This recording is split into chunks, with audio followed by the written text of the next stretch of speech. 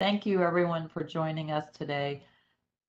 I'm very excited about this day and the next two and this conference. This is the culmination of just an incredible amount of work by 12 research teams and by our Office of Disability Employment policy team, and by Mathematica, the contractor that manage this incredible process. I want to mention a couple of things and a little historical context of how we got here today.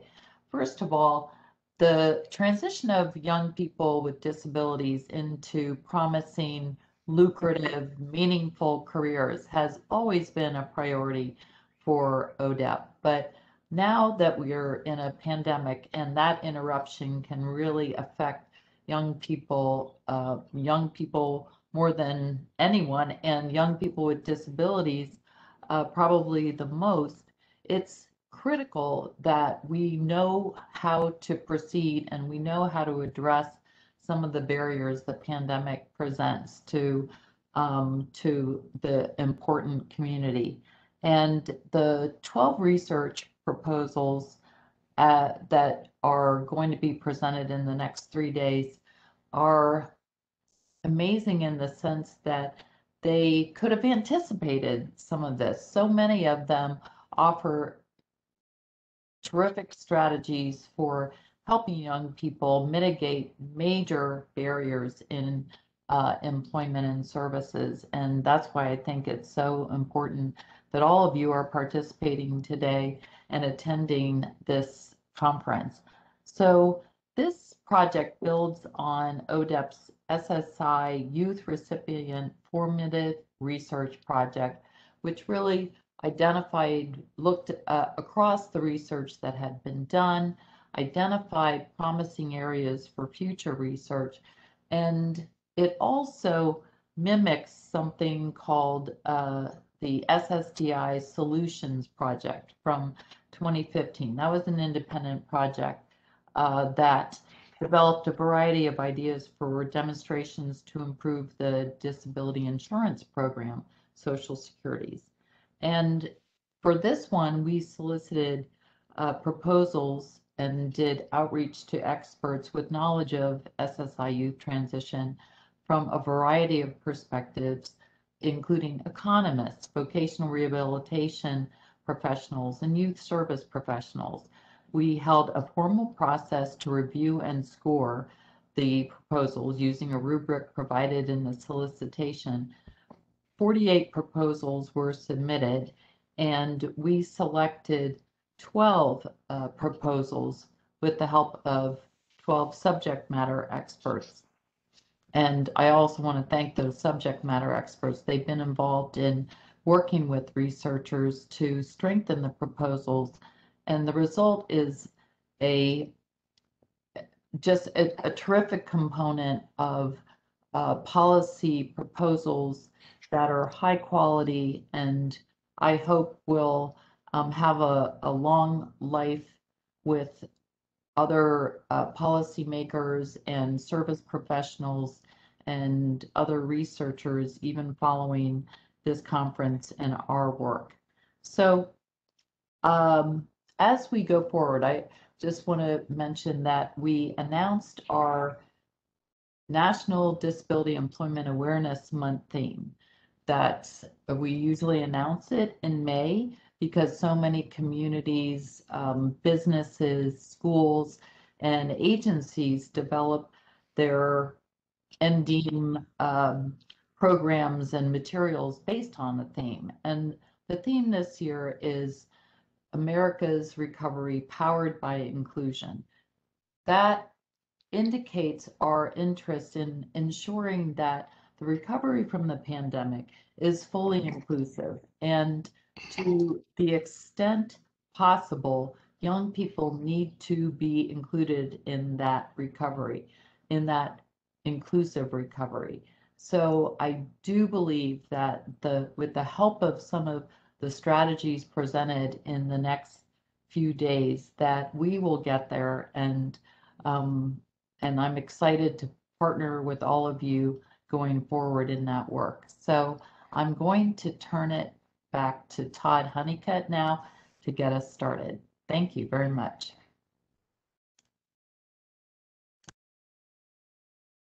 Thank you, Jennifer.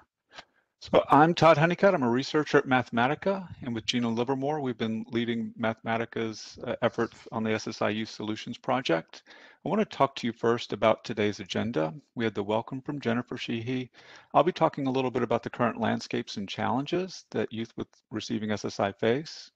Then we'll have our 4 presentations covering the 4 of the papers from the project. We have Jeff Hemmeter from SSA, Social Security Administration, who will be our discussant and respond to the proposals. We'll have a Q&A portion after that point in which we'll respond. We'll ask the presenters to respond to your questions. And then in the final half hour of the conference, of today's conference, we'll have a meet and greet with the authors where you're able to go in and talk directly with the presenters. So I want to start off, set today's stage by talking about the current landscape and challenges facing youth receiving SSI and their families. So why focus on youth receiving SSI? Why are we here? Why is this important? Almost 1 million youth ages 14 to 24 receive supplemental security income annually. More than 200,000 youth in this age range apply for SSI each year. They have significant health conditions affecting functioning. They live in households with low income, few assets. 2/3 of youth who receive SSI as children go on to receive SSI as adults at age 18. So these characteristics or facets of the lives of youth receiving SSI and their families can lead to challenges or barriers to transition.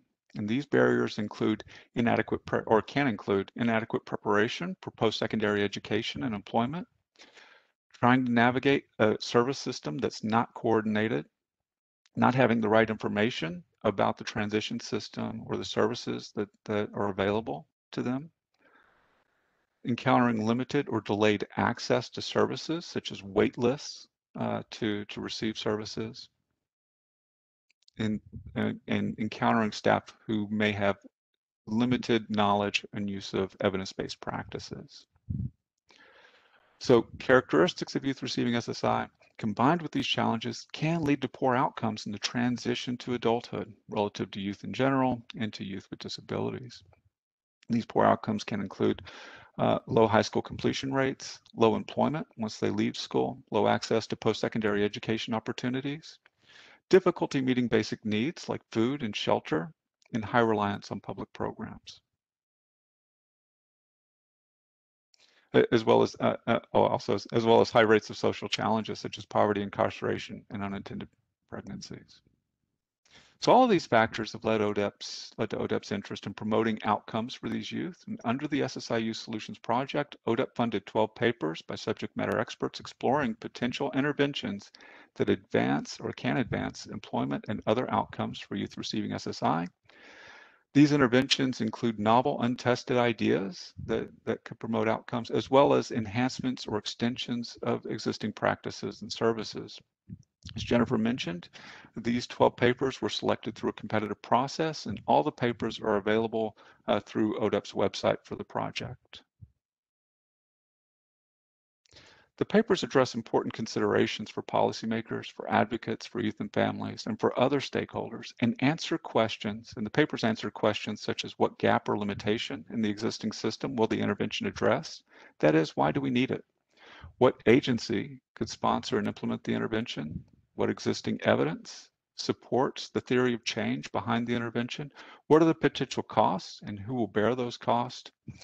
And how does the intervention, at least as proposed, consider the ability to replicate that idea in various places, scaling it from a local level to a state or national level, and sustain it once it's been begun?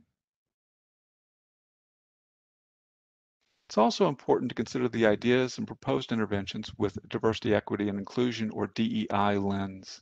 How, when implementing these ideas, can we establish culturally appropriate and inclusive service models, integrate person-centered planning and services, increase DEI into program infrastructure and delivery, and also ensure that we include DEI in evaluation efforts?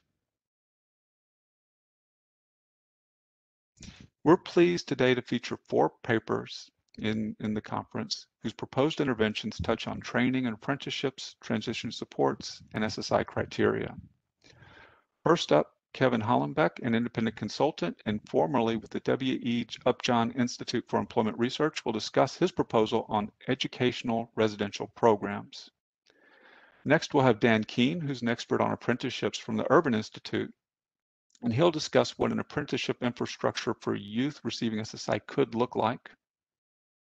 We'll then have Dave Stapleton of Treehouse Economics and formerly of Mathematica present on a comprehensive transition program for youth through age 30, which he developed with his colleagues James Smith and Tara Howe of the Vermont Division of Vocational Rehabilitation. Our final presentation today will be from Sherry Larson of the University of Minnesota and Judy Geyer from Apt Associates. Their paper discusses delaying the adult work criteria for SSI until age 22. I want to remind everybody to, if they have questions during the presentations, to use the Q&A panel to submit those questions, and we'll ask them as we have time later on. And now I'd like to turn it over to Kevin. Thank you, Todd. First of all, I would like to thank the Department of Labor Office of Disability Employment for sponsoring these papers, and I hope the audience will take the opportunity to read the papers. I very much appreciate the capable administration of the work by the Mathematica staff. I really appreciate the opportunity to participate. Hopefully, our set of papers will contribute to better solutions for transition youth with disabilities. Next slide. So my intervention that I've written about, I've titled Respect for Residential Post-Secondary Education and Career Training. It's really not a new idea. It blends and expands upon 2 successful existing programs. The Michigan Career and Technical Institute, MCTI, which is an institute serving adults with disabilities, and in its recent class had 22% SSI participants were among the cohort taking training. I want to blend that program with a program called PERT for Post-Secondary Education Rehabilitation Transition, which serves secondary school students, either special ed or students with 504 plans. And I would like to expand that program to serve out-of-school youth with disabilities. PERT was developed at the Woodrow Wilson Center in Virginia, but has also been implemented at MCTI. Next slide. The 8 major components of this intervention are listed. They include case management, which needs to be institutionalized and systematic, so no students are lost between the cracks. It requires thorough assessment of skills and interests, rigorous employer-driven career and technical education, curricula and instruction, instructors with industry experience, but also with a passion for teaching young people with disabilities. It requires appropriate student supports, aggressive job development and placement services, and last but certainly not least, independent living in a post-secondary residential setting. Next slide. So the motivation or the logic behind this intervention is for in-school or out-of-school youth with disabilities currently or potentially receiving SSI. Respect will provide thorough assessments of interests and ability, as well as giving young people a short-term residential experience to give them a taste of college. For adults with disabilities, i.e. individuals 18 and over who may lack prior educational success or effective advocates, Respect will provide rigorous training that will lead to a sustainable career, as well as the self-confidence developed by successful independent living and peer interaction. It's my belief, and evidence has shown, that for transition youth, independent living skills reinforce technical training success. Next slide. So as students progress through this intervention, up front, there would be thorough interest and aptitude assessments, career counseling and exploration activities, as well as developmental coursework as needed. During training, as I mentioned before, they would be trained in an employer-driven curriculum with instructors that have industry experience and strong desire to work with individuals with disabilities, and would have the supports that would be needed for success. The residential experience would yield independent living skills, would have important peer socialization, and recreational and governance opportunities that are traditional in post-secondary settings.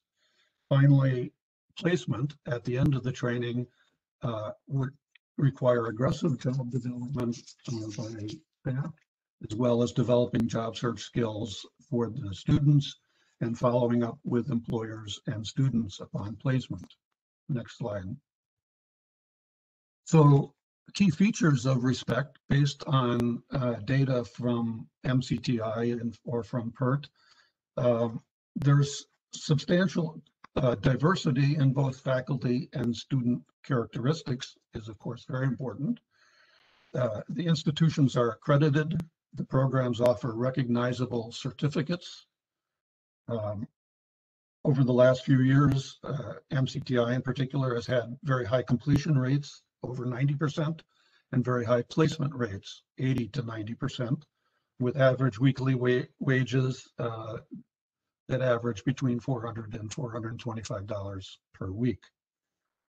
This intervention has many features that are similar to Job Corps, but the per student cost has been less than 50% as great as published cost figures for Job Corps.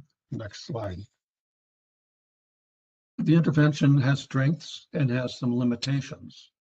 Among its strengths are the independent living skills, which, as I mentioned, reinforce the technical training, small class sizes and small adult to student ratios, successful developmental education so that students have the ability, the reading and math ability to succeed in technical training, and aggressive job development.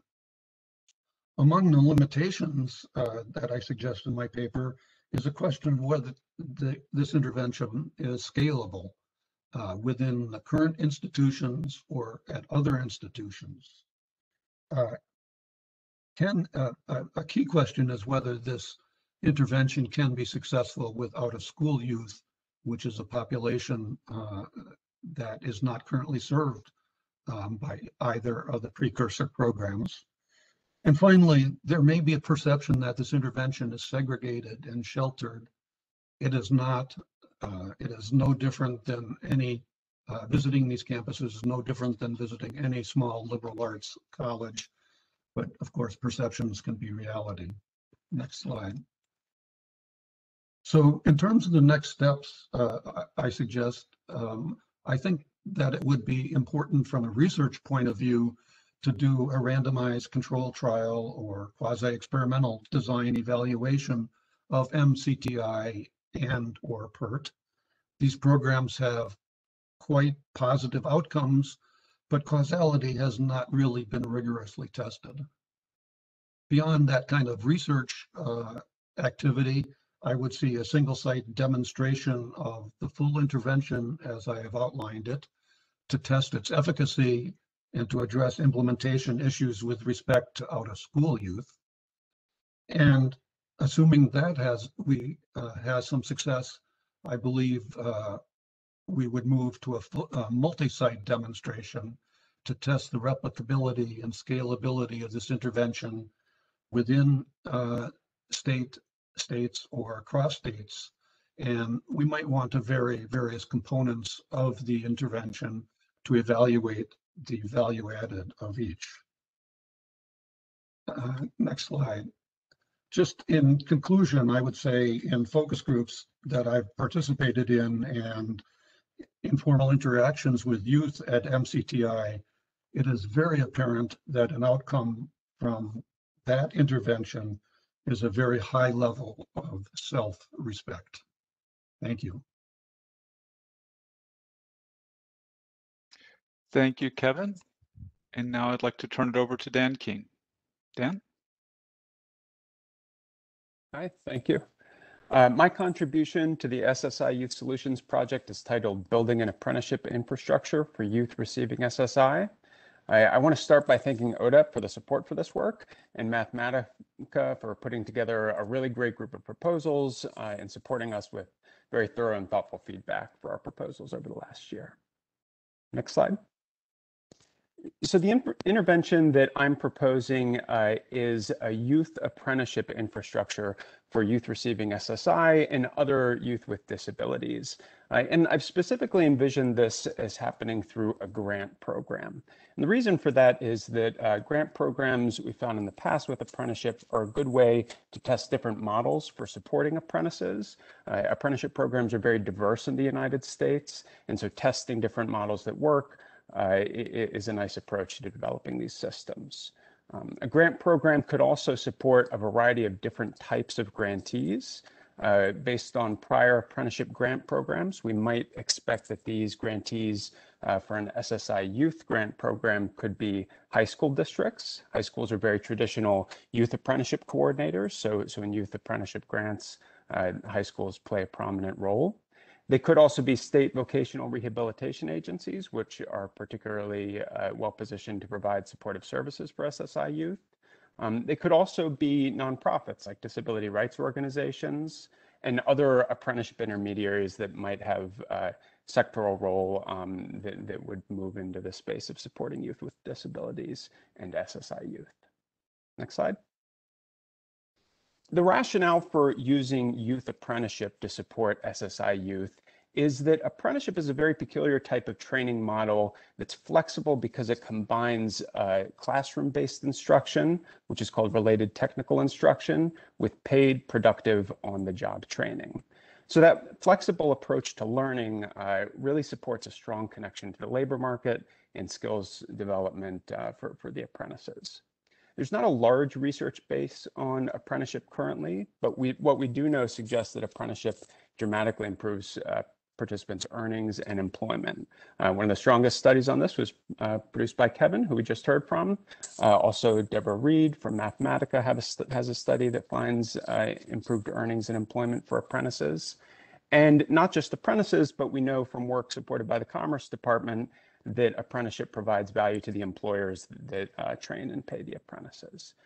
So what we do know about apprenticeship is that it seems to be a flexible strategy and a strong strategy for improving outcomes for participants. We also don't know a lot currently about the experiences of people with disability in apprenticeship. The Office of Apprenticeship has only been collecting data on this since 2017, and I present some of this data in the report. There's a lot that we don't know because disability status is underreported in the apprenticeship administrative data, but the data we have seems to suggest that people with disabilities are underrepresented in registered apprenticeship. And we already know that youth ages 16 to 18 are significantly underrepresented in apprenticeship compared to other apprenticeship systems around the world. Next slide. So here I just want to present a schematic of what the components of a typical apprenticeship program look like. I mentioned before that apprenticeship is a diverse training strategy. Every apprenticeship program looks a little different, but all apprenticeship programs have to have a sponsor, and the sponsor is responsible for operating the apprenticeship program. It's often an employer, the employer of the apprentice, but it could be a different organization. Every apprenticeship program also has to have a related technical instruction or RTI provider. They provide the classroom-based instruction that's the component of the training. Sometimes these are traditional schools, but sometimes employers or other organizations provide the classroom-based instruction. And finally, they have to have an on-the-job training provider or OJT provider. This is the employer of the apprentice. And again, sometimes the employer sponsors the program, sometimes it's a different organization. So those are the core components that every apprenticeship program has to have. But we usually see that apprenticeship programs engage other partners. Workforce boards are sometimes used to help recruit apprentices into the program. Supportive services providers support apprentices that need additional help with completion of the program. And then schools, high schools, especially for youth apprenticeship, can serve as a recruitment source and potentially an RTI provider. And of course, every apprenticeship program is going to be, the characteristics of the program are going to be determined by what's going on in the local labor market, labor demand conditions, and major industries in the local labor market. So this kind of diversity of partners involved in apprenticeship suggests why a grant program testing different models might be valuable. Next slide. So next, I'm going to discuss the roles that a grantee would play for this SSI Youth Intermediary role. First and foremost, they would be coordinating the apprenticeship partners that I just spoke about. So that would include the traditional partners, the RTI providers, and the employer, but also apprenticeship partners that are unique to youth apprenticeship, like high schools or youth serving organizations. They might manage or fund supportive services. And they also would critically provide technical assistance and training to employers. So employers might not know about how to provide appropriate accommodations to apprentices with disabilities. They might not know how to report disability status to the Office of Apprenticeship because this is relatively new, and other requirements for compliance with equal employment opportunity regulations. So all of this technical assistance provided to the employer can help improve the apprenticeship experience for SSI youth and apprentices with disabilities. They also may, aside from these requirements, they may provide training for the mentors specifically at the employer site on how to mentor apprentices with disabilities, disability rights, and accommodations. Next slide. Within the context of SSI Youth specifically, another potentially important role for the grantee intermediaries might be facilitating the use of work incentives and rule waivers. These were important in the Youth Transition Demonstration Project. So these incentives and rule waivers can support different components of the apprenticeship program.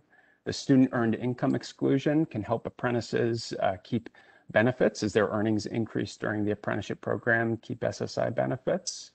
The plan to achieve self-support and individual development accounts could potentially support funding for the related technical instruction, the classroom-based instruction.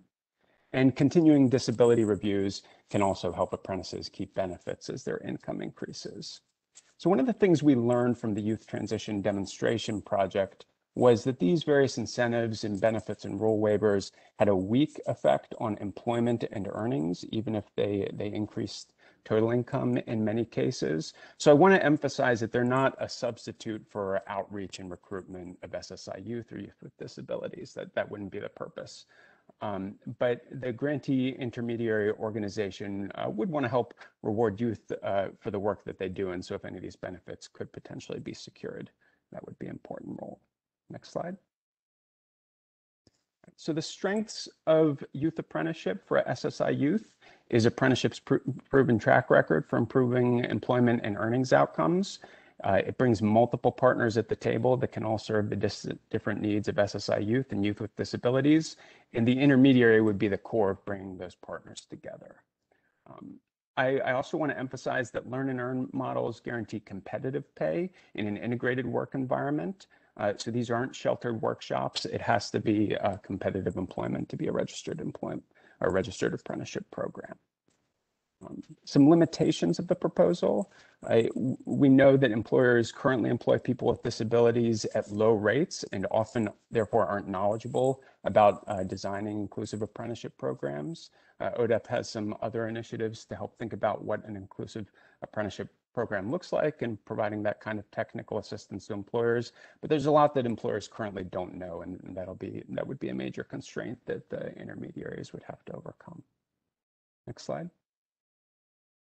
So in conclusion, registered apprenticeship is an evidence-based workforce strategy, but currently it doesn't adequately serve the needs of people with disabilities or with youth in the United States. So a grant program to support intermediaries for youth receiving SSI could help us develop new knowledge about what these programs might look like and the different models that would be successful for supporting SSI youth.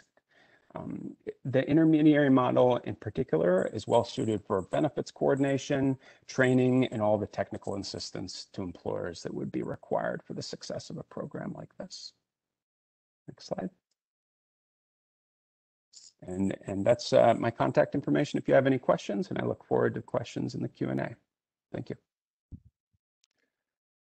Thank you, Dan.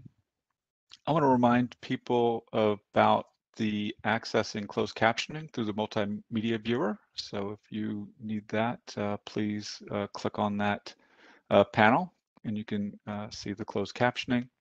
Also, want to let folks know that the slides are available on the conference registration page, and that we're recording this session and we'll have the recordings available after the event.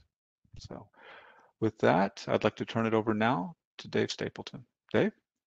Thank you, Todd, and I'd like to thank ODEP and Jennifer in particular. I miss seeing you all down there, and wish I could be there and wish this event was in person, but I have to say it's great to be able to sit here in my treehouse here in Vermont and stay actively engaged in such a constructive effort to move the ball forward on disability employment policy. So my co-authors are James Smith and Tara Howe of Vermont's Division for Vocational Rehabilitation. We've been working to develop and implement what we call a TESS scholarship program here in Vermont for some time.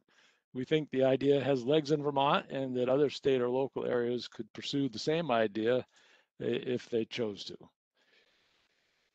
So in brief, what we're proposing is a state-private partnership that will award major multi-year career-oriented scholarships to young adults with significant disabilities as they transition out of high school, and they can last potentially up to the age of 30.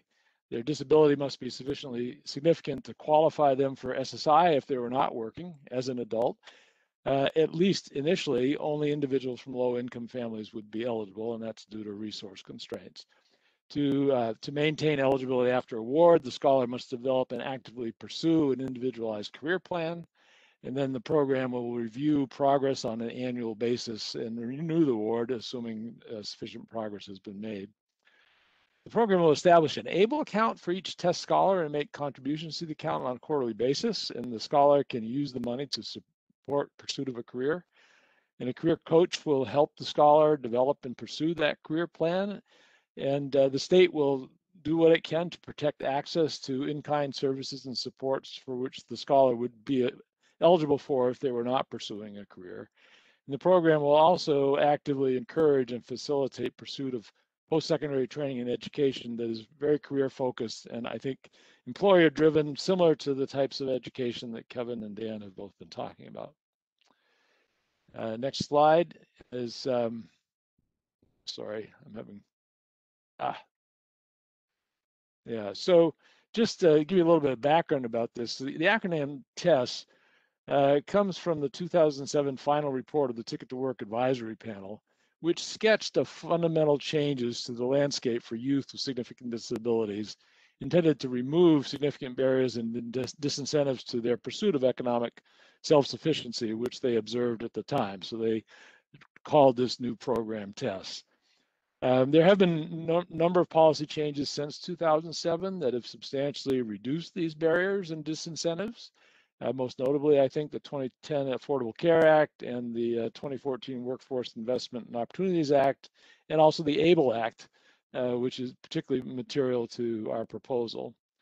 But large barriers remain, and mainly around the disincentives related to supplemental security income and SSDI, and the whole support system that are tied to SSI and SSDI, and embed those disincentives in various ways. But also the burden of navigating what's a very highly fragmented support system, and limited access for this population to investment in human capital. So those are the barriers that we see as being most difficult to overcome today, and the ones that TESS was developed to address. For a number of years, a coalition of advocacy organizations has actually been pursuing something called career access, which sounds a lot like what the provisions of TESS, except that what they were trying to do was get federal programs to change in ways that would address the same purpose. And I know they've been very frustrated in those efforts. And so the idea with the TESS scholarship programs was to develop something that states, in collaboration with the private sector, could do on their own under the current federal law without requiring any major changes to federal programs or laws. So as I said, we think we can establish a TESS scholarship program here in Vermont, and if we can, we hope that other states and maybe local jurisdiction will try to emulate it. Ultimately, though, we see the success of TESS scholarship programs as something that could pave the way for federal policy changes, but we don't see those changes coming anytime soon. Next slide. Going a little bit more into some of the key features. First of all, in Vermont, the VR agency will be the primary state partner, and we expect that would be true in other states as well. But several other state agencies will need to be involved for, I think, for reasons that are fairly transparent and we don't need to get into. We also think, though, that there's a need for a nonprofit organization to be the lead partner to the state VR agency, an organization that has a compatible mission and is used to serving this population. In Vermont, we're very fortunate to have an organization called the Vermont Association of Business, Industry, and Rehabilitation that has agreed to take on this role. But there's also room for other private sector partners in various functions that they can have. And we go into this in detail in the paper.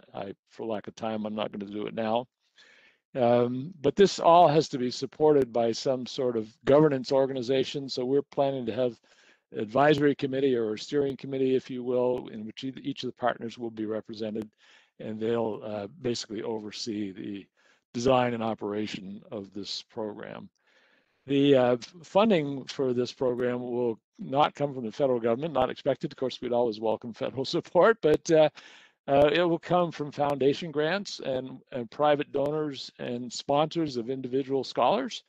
We think there will be a lot of appeal to sponsoring scholars, and the state agencies will fund their own work through programs that already exist. Obviously, the VR agency will fund a lot of their work from the grants from RSA and their matching state funds. Next slide.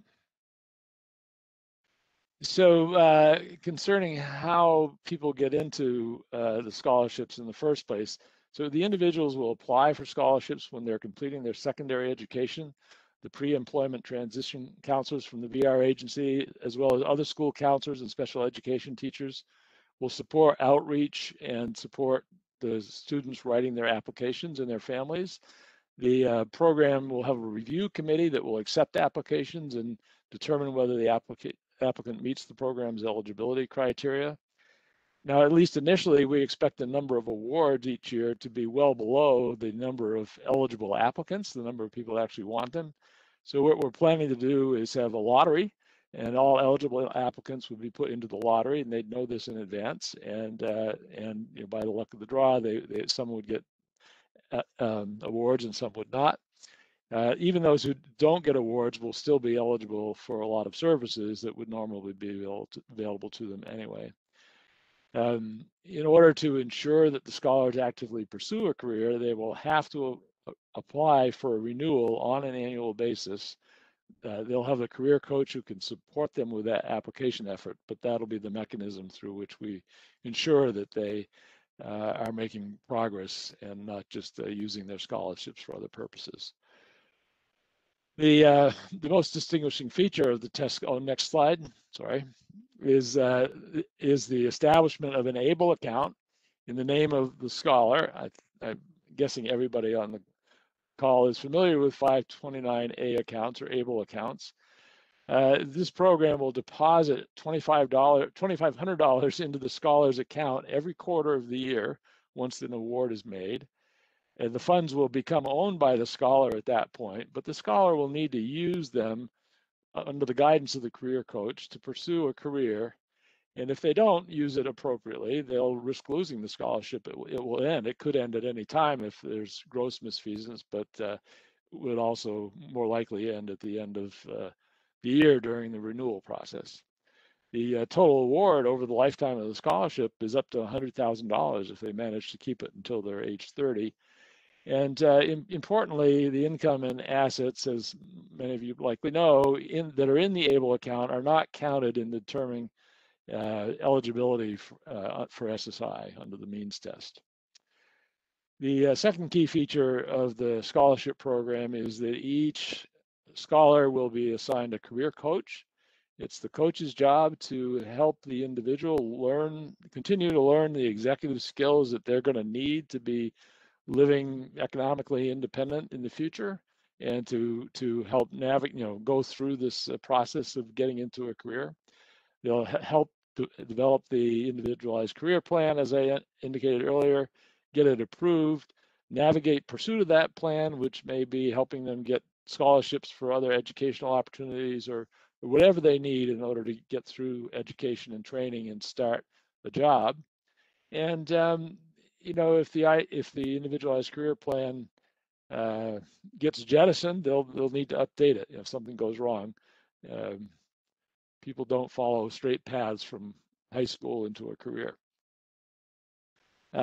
Finally, the career coach will support reporting to the scholarship program for the annual renewal process. The other two aspects I've already mentioned: protection of access to in-kind services and supports. The big one there, of course, is long-term services and supports, as well as healthcare access, but there are others as well that the state is generally responsible for. And then also encouraging and facilitating post-secondary education, which I've talked about briefly before. The next slide. So just to close out on some strengths and limitations, there are a lot of challenges. The more we start to develop this program, the more we realize how difficult they are. But we are making progress. There's a lot of complexity involved because of collaboration.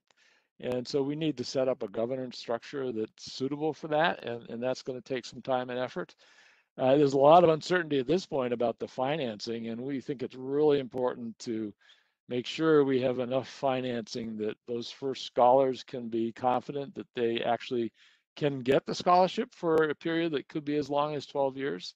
We don't want to start out and then have to drop them after a couple of years or something like that.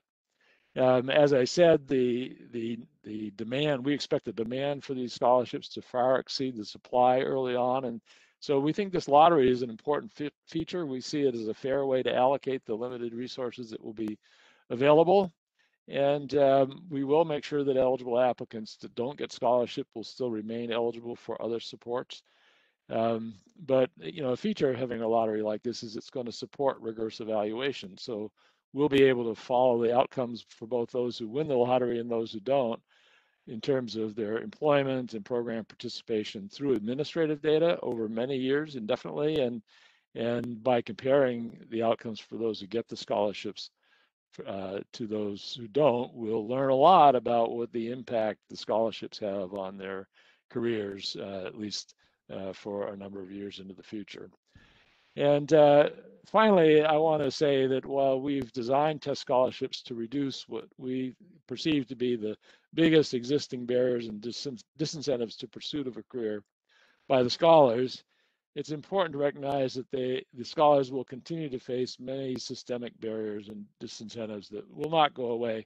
Perhaps most obviously and importantly, the scholarships do not change what the policy environment is going to look like. Once the scholars reach the age of 30, ideally the test scholarships will give the scholars a sufficient boost in their careers so that they can get over those hurdles later on, but we don't really know how effective it will be. And that's it. Thank you very much. Thank you, Dave. I would like to remind attendees that you can submit your questions to all panelists through the Q&A panel, and that'll be that little question mark in the lower right-hand side. We'll have a Q&A session in a little while. Now I'd like to turn it over to Sherry Larson and Judy Geyer. Hi, I'm Sherry Larson from the University of Minnesota's Institute on Community Integration. And we know that between a third and a half of SSI recipients who are child recipients and undergo the required age 18 redetermination process are terminated from the program.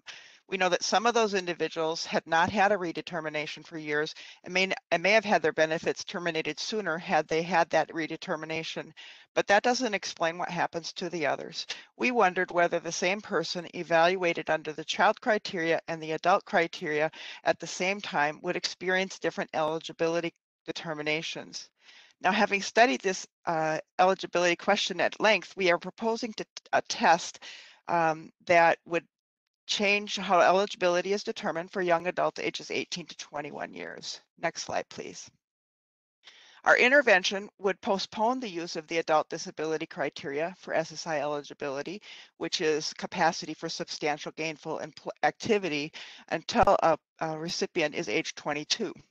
Determinations and redeterminations of SSI eligibility for youth between the ages of 18 and 21 years would use the SSI child disability criteria, which would be expanded to assess substantial functional limitations in the areas of self-direction and independent living. We are not proposing any other changes to eligibility standards for adults. Next slide. We know that at age 18, many adults with disabilities require ongoing supports to meet the developmental milestones of adulthood. Some are still in special education, and most haven't had a job at age 18. SSI provides cash benefits, reducing the rate of deep poverty for transition age adults with disabilities. SSI provides presumed eligibility for other federal supports that are essential for young adults with disabilities. Fewer than half of 18-year-old youth have ever worked, making direct assessment of their capacity for substantial gainful activity impossible. Furthermore, the Developmental Disabilities and Assistance Act of Right of 2000 defines the developmental period as extending to the 22nd birthday. In their most recent revision to their definition of intellectual disabilities, the American Association on Intellectual and Developmental Disabilities also raised their age threshold for the developmental period to age 22. We have other federal policies that extend youth eligibility past age 18, such as the Child Health Insurance Program, which extends to age 22, and the Affordable Care Act, which extends to age 26. Next slide, please. There are many outcomes that we expect to happen based on this project. Essentially, the program is designed to increase the alignment of eligibility criteria for access to cash assistance to the developmental needs of low-income adults ages 18 to 21 years with severe disabilities. Essentially, our goal, as has already been mentioned by other presenters, is to smooth the transition from public education, which is an entitlement, to the maze of supports and services, to finding and keeping a job and living independently, most of which are not entitlements. So we propose that enabling youth, young adults with disabilities to maintain their SSI eligibility will help them to meet their basic needs in terms of food security, such as through the SNAP program, to housing, transportation, and healthcare supports, to long-term supports and services, and to educational and training opportunities. We believe that having their basic needs met will help support those youth as they are engaged in activities that improve their work readiness, including work skills development, work experience, developing educational credentials, self-determination skill development, developmental maturity, and through the increase in those activities, we anticipate that the change would increase the likelihood of employment at the substantial gainful activity at the level at age 22. Judy. Thank you. So our proposed intervention, which Sherry just described, is not easy to implement. Changing the SSI eligibility criteria for persons age 18 through 21 requires legislative amendments to public law. Even if it were to become public law, SSA would need to revise its protocol for disability review. In particular, SSA would have to operationalize or figure out a way to assess whether transition age SSI applicants have substantial limitations in self-determination or capacity for independent living. This requires both an assessment method and the establishment of a threshold, if you will, that indicates whether a person has substantial limitations with respect to these two functionalities. Finally, even with a change in the law and a revised protocol for disability review, full implementation of this proposal would also require retraining of disability reviewers. So, recognizing that our proposal is bold rather than incremental, we modestly suggest that as a first step towards implementation, that Congress and policymakers could consider a demonstration project to confirm the hypotheses about the effect of this policy change on the eligibility decisions for transition age youth. In particular, to learn whether this change in criteria would affect the percent of SSI youth who remain eligible for SSI after turning 18, and whether it would affect the application rate and determinations of new applicants age 18 through 21. The demonstration would also study employment and related outcomes, as well as evaluate proposed methods of evaluating the revised disability criteria to include substantial limitations in self-determination and capacity for independent living. Next slide, please. So, what are the costs of implementing this bold proposal? First, the cost of the demonstration. Second, the cost of continuing to provide SSI to youth who were already on SSI at their 18th birthday. If we assume that all age 18 SSI youth remain eligible at redetermination, we estimate that in the first year, the monthly costs for the SSI rolls would increase by roughly $19 million. And 4 years later at steady state, the total monthly cost increase would be around $90 million, which is a 2% increase in the total SSI payments made by the Social Security Administration in a given month. Additionally, there would be a change in cost associated with any potential increase or decrease in the number of new SSI awards for young adults. Without a demonstration, we cannot know if the cost would be an increase or a decrease. Finally, there may be costs not directly borne by the Social Security Administration. For example, there could be an increased use of Medicaid or food stamps.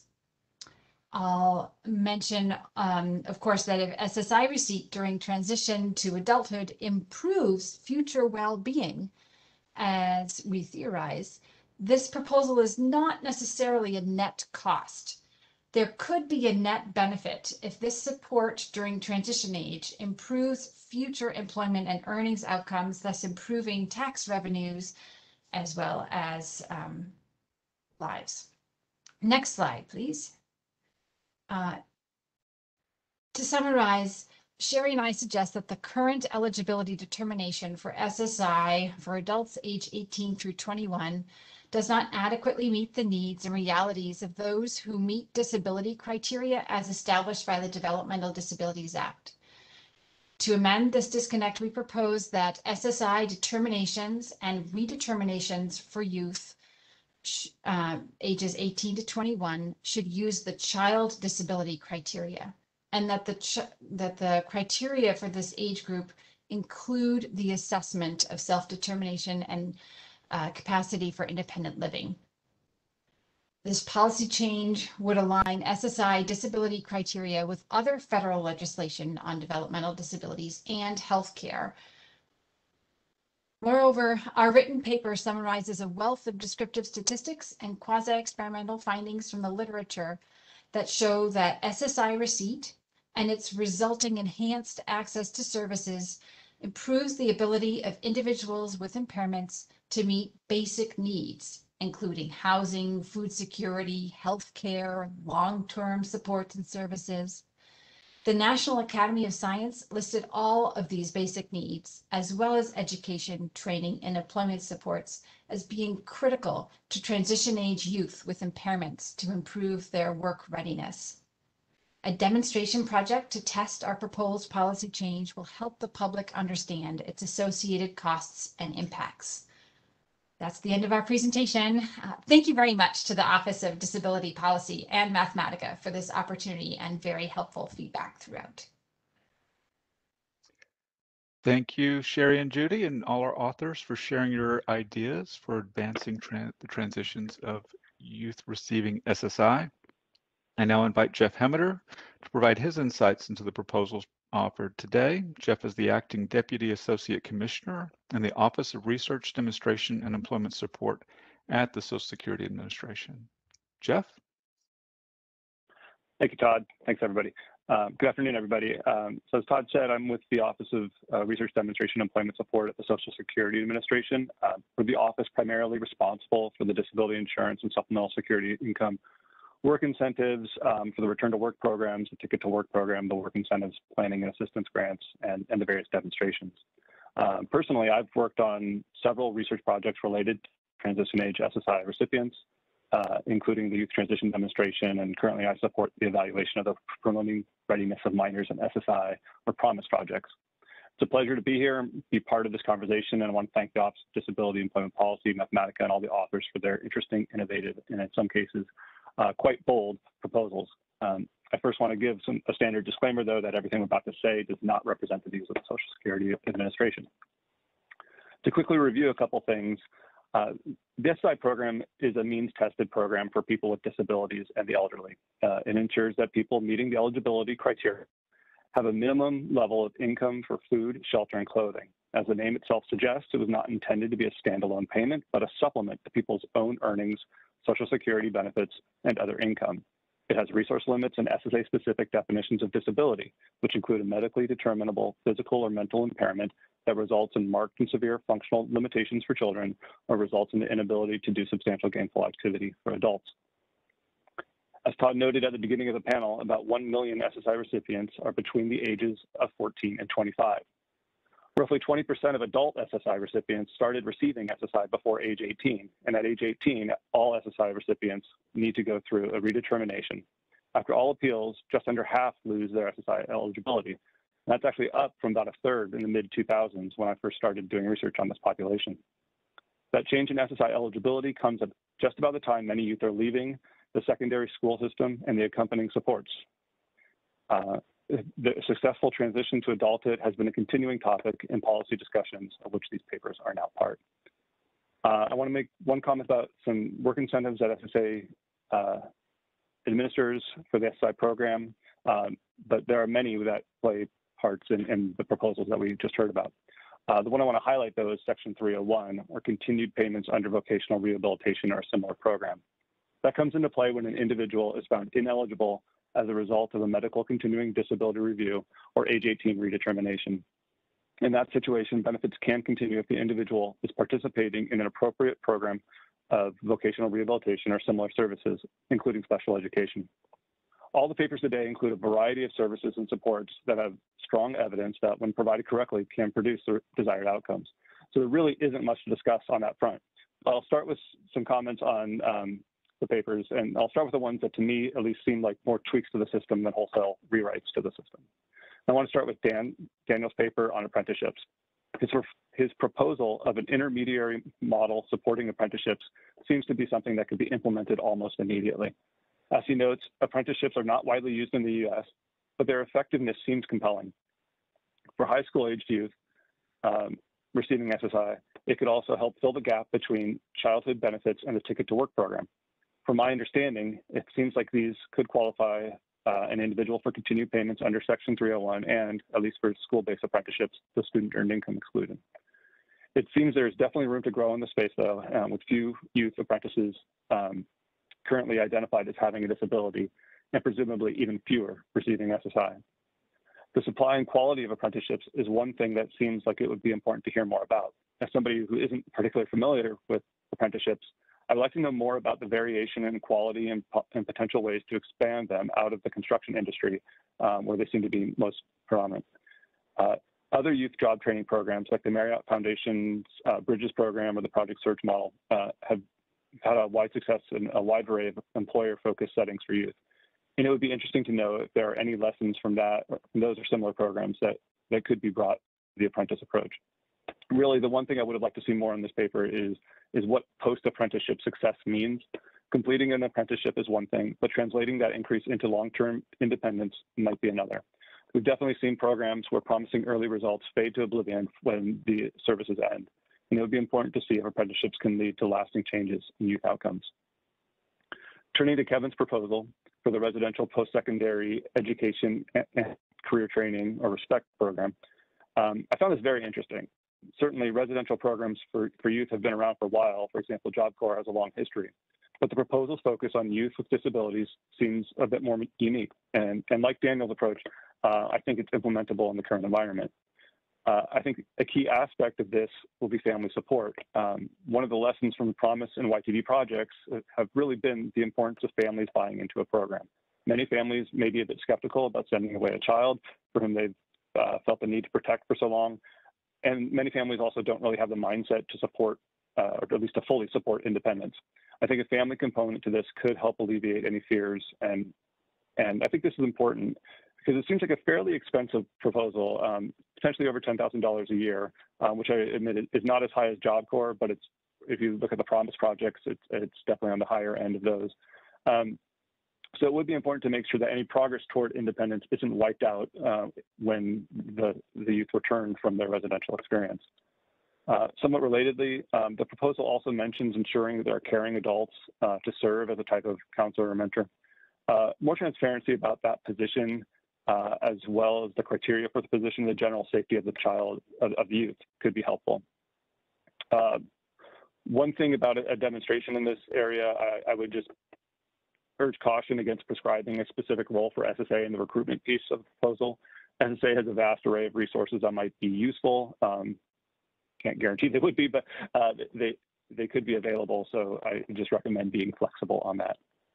Part of this proposal also reminded me of the National Technical Institute for the Deaf at Rochester Institute of Technology, where deaf and hard of hearing students can earn various degrees in distinct college setting. It might be useful to think if there are any lessons that can be gleaned from their experience in addition to the MCTI and PERT programs, which Kevin mentioned. And that brings us to some of the more bold proposals.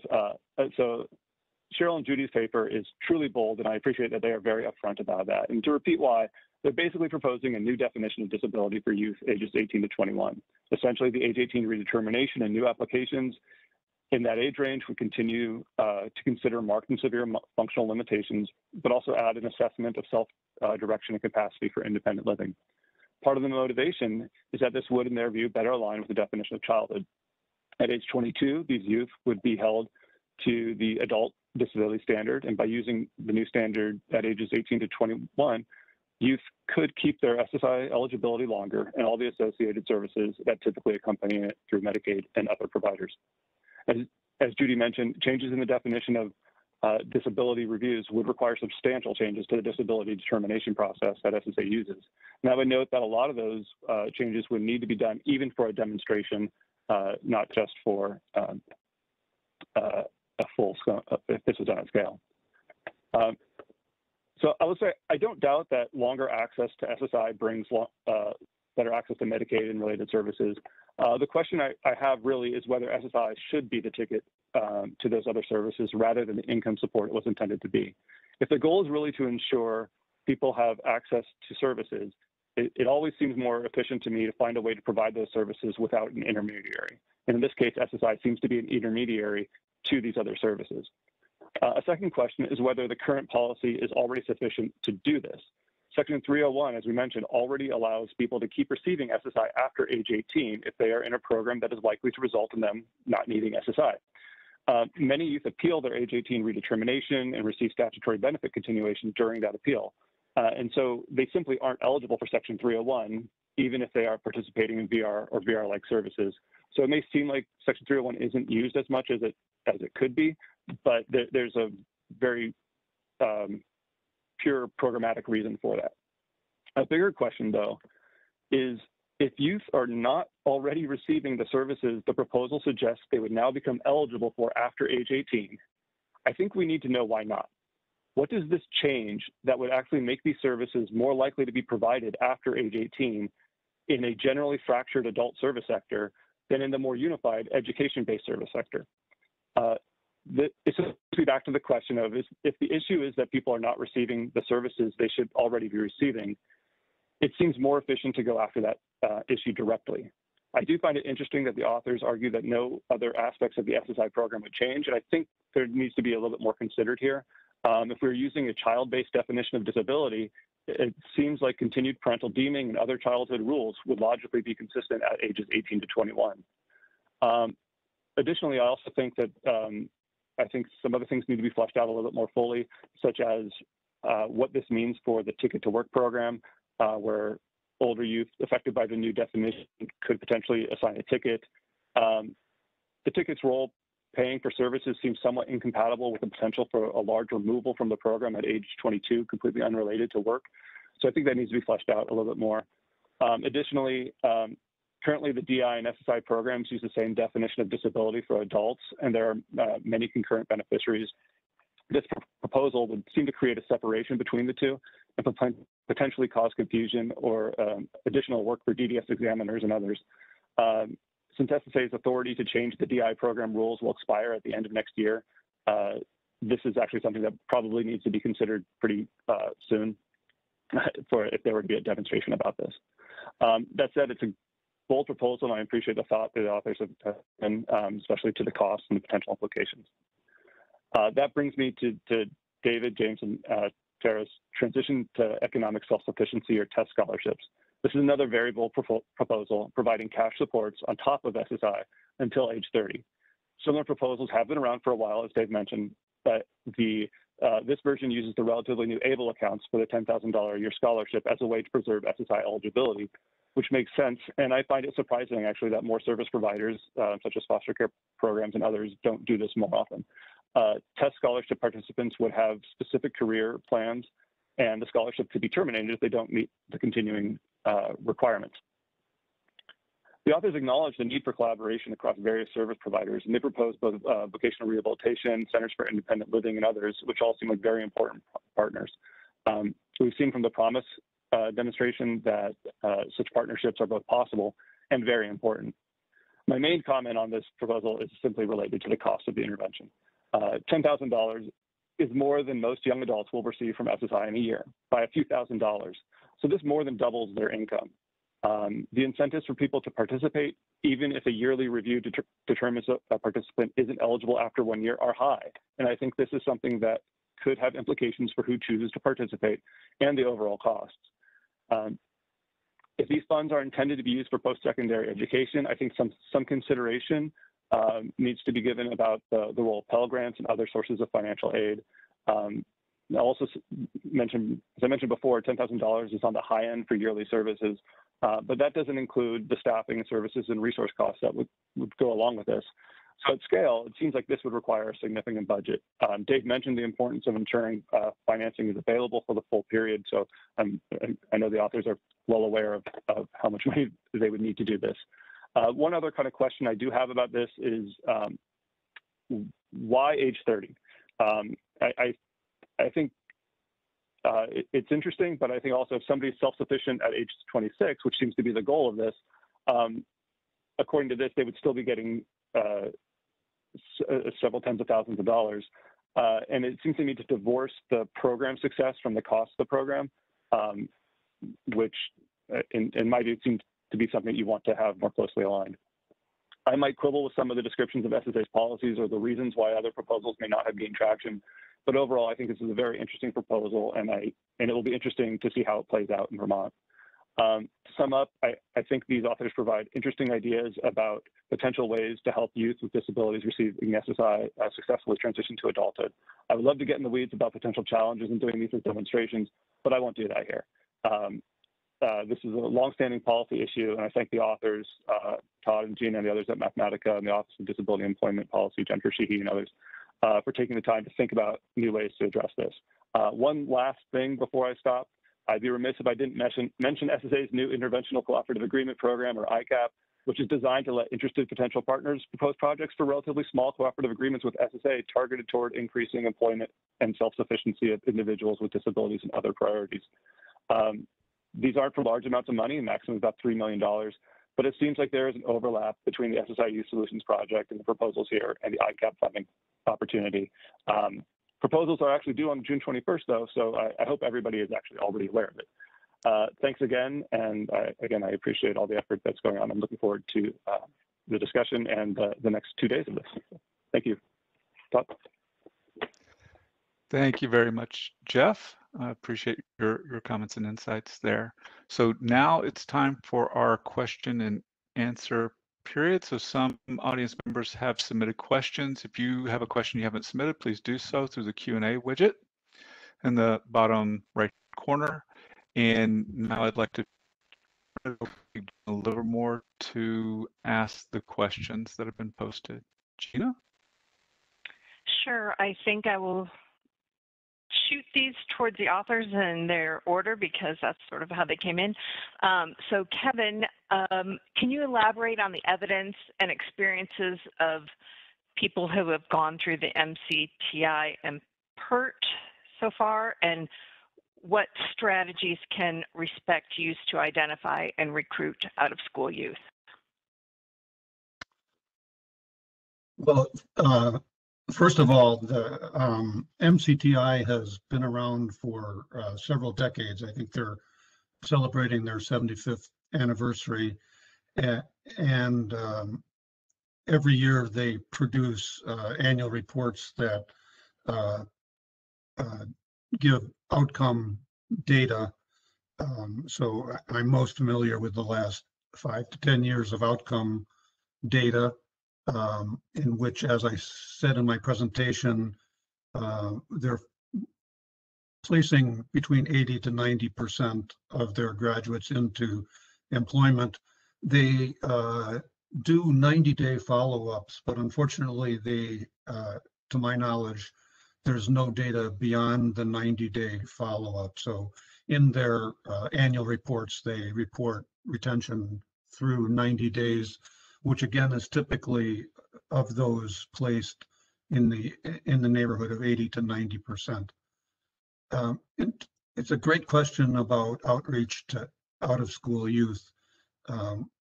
Opportunity youth, is a huge problem for this country, and unfortunately is not served in the current MCTI or PERT programs. I've thought a little bit about it, and this might be where I would hopefully dip into some of the SSA demonstration money to test various recruitment methods. At this point, we're looking at recruiting individuals receiving SSI who may not be in school. And so I believe it would take some cooperation with SSA to send outreach material or help with the outreach for that population. And of course, there would be general media type approaches as well.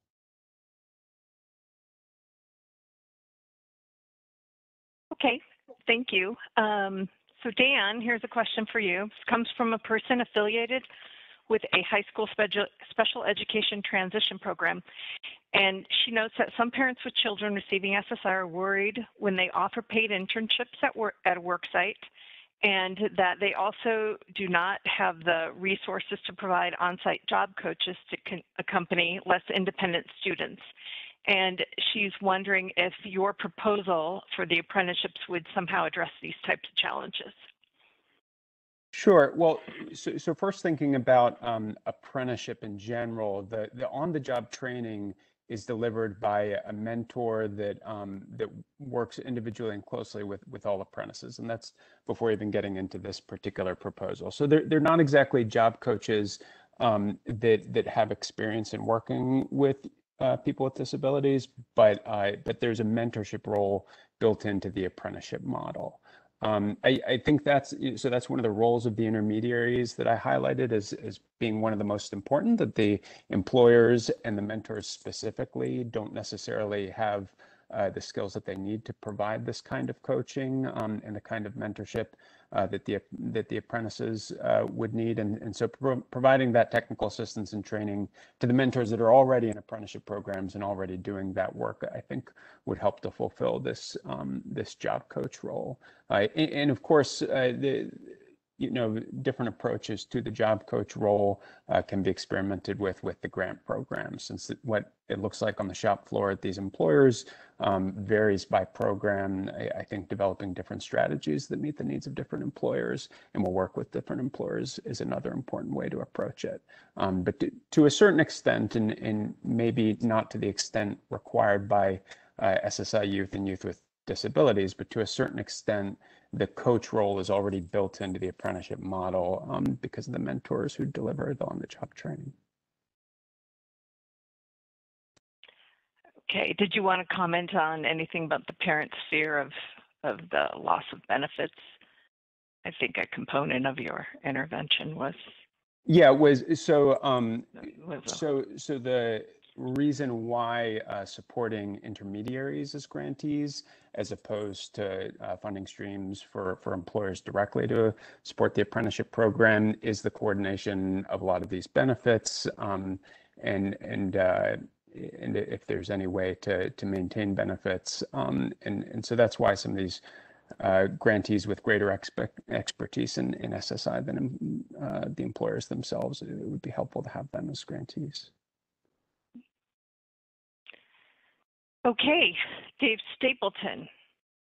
Why is TESS only limited to high school students and not out-of-school youth with disabilities? And there was a related comment about why not make this type of a intervention available more broadly, regardless of income, family income. Sure. So with respect to the first question, if you dig in the paper, I think you'll find that we do want to include out-of-school youth. These could be kids who dropped out of school much earlier than completing their high school education. So we think the main route to getting into these will be while they're in high school, but we do allow for inclusion of other students. But we do want to start them at age 18 or shortly thereafter, not wait until they're already 24, 25 or something like that. The other, I'm sorry, what was the second part of your question? Oh, I know, the income limits, yeah. So I think in my presentation, I was pretty cryptic about what low income meant, and we have actually thought about what low income means, and there are some easy tests that we could use. And I did see the question about families basically becoming impoverished because of the medical and other expenses associated with raising a child with a significant disability. And I think in principle, taking that into account is something the program could do. In practice, how that would be done, I'm not sure, but I am aware of that issue. And if we were unconstrained in terms of the money available to fund the scholarships, I think this would be not a big issue.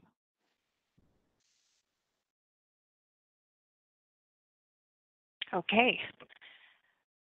So Sherry and Judy, I think there's a lot to respond to on Jeff's comments, and there were a couple of questions related to the issue of the Section 301, and if that could, or does that essentially accomplish the same thing, delay the age 18 redetermination, and how your proposal is different, and would your proposal operate under the Section 301 waiver rules?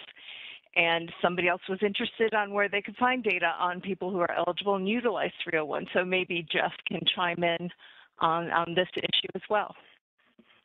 Yeah, I'd like to respond to some of the comments that were made. One of the things that may have come across in our presentation that I want to disabuse is we are talking about the importance of related supports for youth and young adults ages 18 to 21, but essentially our argument is that without income support, youth who are ages 18 to 21 years old struggle mightily to take care of their basic needs, much less do the educational improvement and other developmental tasks of young adulthood.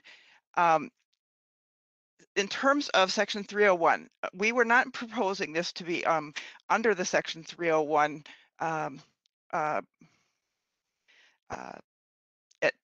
topic because the SSA had a public request for information on strategies to improve adult outcomes for youth receiving SSI. And in that proposal, there were many comments that were submitted during that period, and 17 of those responded to questions or suggestions about Section 301. Concerns about Section 301 included the administrative inconsistencies across local offices, underutilization of the program because of program complexity, difficulties in access to youth because the timelines for eligibility don't match up with the timelines for redetermination. So if it takes a year to get an application to VR services approved, it may not be possible to successfully appeal under Section 301 to have continued benefits because the service would not be in place in time, would be one example about that. Judy, do you have some other thoughts? Thank you, Sherry. With regards to 301, it would be, again, it wouldn't come under 301. It would be also a question of having different disability review criteria. So we'd be evaluating using child criteria instead of adult criteria. So that would be a big difference. And also the child criteria would consider the full definition of developmental disabilities, which is different than current law in 301. Yeah, I also want to comment about our rationale for the proposal that we make. The question we really are posing is, one of the questions we're posing is, are the eligibility standards for people who are 18 years old the same? In other words, are the child disability criteria equivalent to the adult disability criteria? There have been court cases that have examined this question and changes made to the Social Security program based on those court cases. And our proposal, in addition to looking at whether the right people are continuing benefits, does look at the question of are the disability criteria for children and adults comparable? For adults, especially in the SSDI program, the eligibility for SSDI requires a work history, right? And so we know that those adults have had employment experience. For 18 to 21 years old, 20-year-olds, people who are still in school, or even people who have left school, are not necessarily experiencing employment during that developmental period. And so we want to make sure that the right people are getting continued SSI eligibility benefits. We don't think that this proposal will expand SSI as big as it might, because we know that there are people who had not undergone redeterminations as teenagers, and they won't meet the child criteria or the adult criteria. Really, we're after making sure that the right people are continuing in the program, and that those people who do have substantial functional limitations but can't demonstrate or be tested on their capacity for substantial gainful employment are adequately considered in the eligibility criteria. Jeff, was there anything you wanted to add or follow up on regarding Section 301 or something else?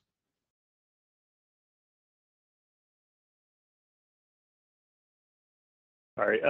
No, I mean, so I know there was a question about data about Section 301. I do not know that access to public data on the use of Section 301, but it is generally pretty low, in the comments that Judy and Jerry mentioned in the RFI were correct. I mean, it is a complex program or a policy to implement, and there are issues there. I will say, I think I go back to the question that I asked, though, is that if youth with disabilities who are receiving special education services are supposed to have a transition counselor through VR by age 16, the timing there, like why aren't they getting that? I think that's the question I have, more so than what I'm not going to argue with what Judy and Jerry are saying. Like that makes sense to me. The continuity of services. It's just the services aren't being provided now as they're supposed to be. And I think that's the concern I have. And then using SSI to get that, if they are receiving the services they're supposed to, Section 301 can come into play and help them. That's what I would be arguing. Right. Yeah. But as Judy mentioned as well, the difference in the definition of disability is a big factor in their proposal. All right, thank you. Gina, we have time for one more question. We're going to meet. Okay. About this one for Dan. Apprenticeship is an interesting concept. Would it focus exclusively on existing apprenticeship programs or include new types of apprenticeship systems that might be specific for people with disabilities? For example, apprenticeships for an assistant level child or elder caregiver position that would not require the education requirements needed under current programs. So the approach that ODEP has taken in the apprenticeship inclusion model and the current partnership for inclusive apprenticeship, which have both been pilot programs to make apprenticeship more inclusive, has not been to create some kind of separate apprenticeship system. It has been to use universal design principles to make existing apprenticeship programs and new apprenticeship programs inclusive of apprentices with disabilities, but also apprentices without disabilities. So fully integrated programs. I think that is probably the appropriate way to go. Again, I want to emphasize that because the situations of the employers are so different, experimentation with different models might make sense as well. But I think that's probably the best way to go.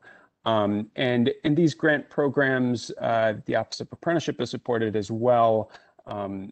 Both expand existing apprenticeship programs and make investments in those, as well as registering new apprenticeship programs, which is particularly important for expanding to industries and occupations where apprenticeship hasn't been as prominent in the past.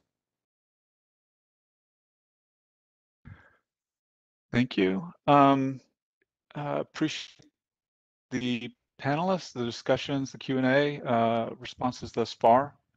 Now is the time for our meet and greet with the authors. Oh, before I get to that, there was a question about, are the papers public? Yes, the papers are all public. They're posted on ODEP's website. If you just use a search engine and type in ODEP SSIU Solutions, it'll take you to their project page, and all the papers are posted there.